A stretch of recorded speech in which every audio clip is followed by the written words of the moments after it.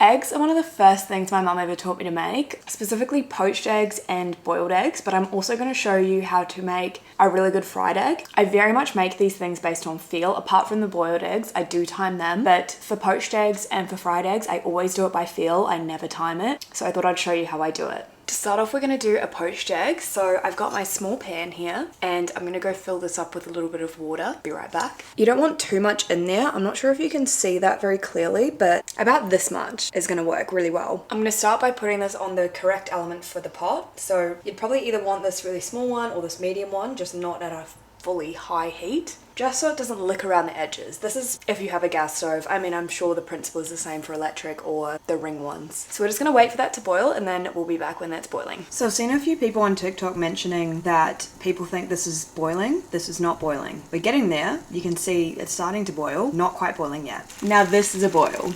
So we don't actually want to put the eggs in when it's like this, but I like to get it up to a boil first, and then I'm going to turn it down to a simmer, which is about here. The reason you don't want to put it in when it's boiling is because the egg will likely not stay intact. I'm trying to get the best angle I possibly can for this so you can really see what I'm doing. So we have our egg. I like to crack it on a surface like your bench rather than a more angled surface because then you get a nicer break, I think.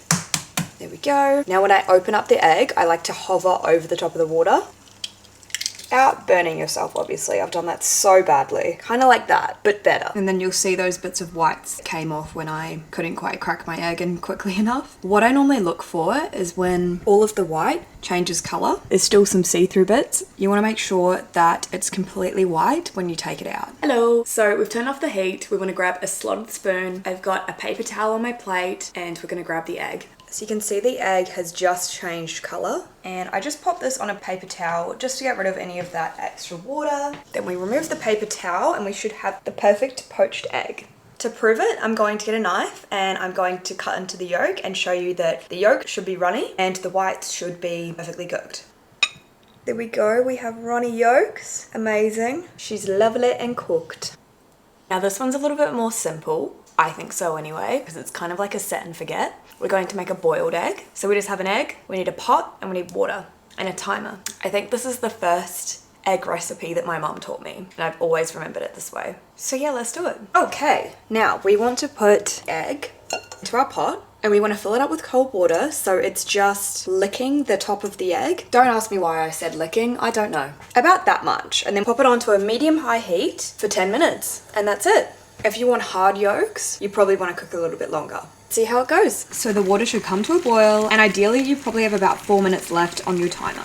Okay, 10 minutes is up. I'm just going to rinse this in some cold water to stop it from cooking anymore, and then we're going to put it in this cute as little egg cup. Okay, moment of truth. So now we just want to bang the top and then do one hard one of those, whatever that is, into the side, and we should have a perfectly cooked, look at that, stunning. White's perfectly cooked, the middle is gooey. Then to eat it, I usually eat the top first. When I was little, I used to have little toast soldiers. My mom used to make me toast soldiers and my grandparents, which was super cute, and then I used to dip them into this part of the egg, like into the middle, and it was my favorite thing ever. And then sometimes, instead of just butter on the soldiers, you'd have Marmite.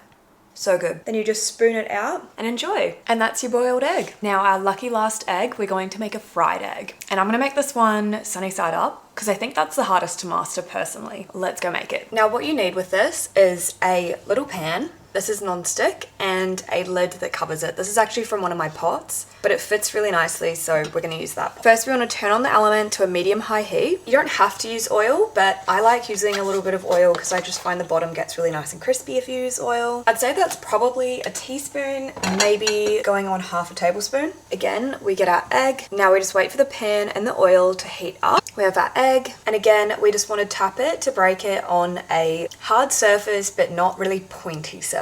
Really hard to explain what I mean. Like, I don't think if you cracked it on the side of your pan, I don't think it would work as well as if you cracked it on the side of your bench. Like the poached egg, I like to try and hold the whites there a little bit to form a better egg. Although I haven't done very well here because it's spread out quite a lot. Now we're wanting to wait until Basically the whites are looking cooked and crispy, and then we want to add a little bit of water, cover it, just so the top of the yolk gets cooked. I think we're at a good point now to put the water in. If you were doing over easy, so flipping the egg, you would flip it here. We're just going to add a tiny bit of water, probably more like a tablespoon, even though I'm using a third of the cup and I've got half the water in here. We're just going to quickly pour it in and then cover. This just steams the top of the egg, so you'll see the yolk will start to go kind of that opaque color on the top. Okay, let's slide our egg onto our plate. Here's our beautiful fried egg. Let's see how that yolk's looking. It's a little bit overdone, but it's still a little bit runny. So this would be perfect in an English muffin or in some sort of burger, so the egg doesn't like splatter everywhere when you take a bite. But yeah, so that's our fried egg. Shall I try it? I think I should try it. So you can see the bottom is still nice and crispy, and then the top is like steamed. Kind of the same principle that you would do pan-fried dumplings. I'm eating this like a heathen.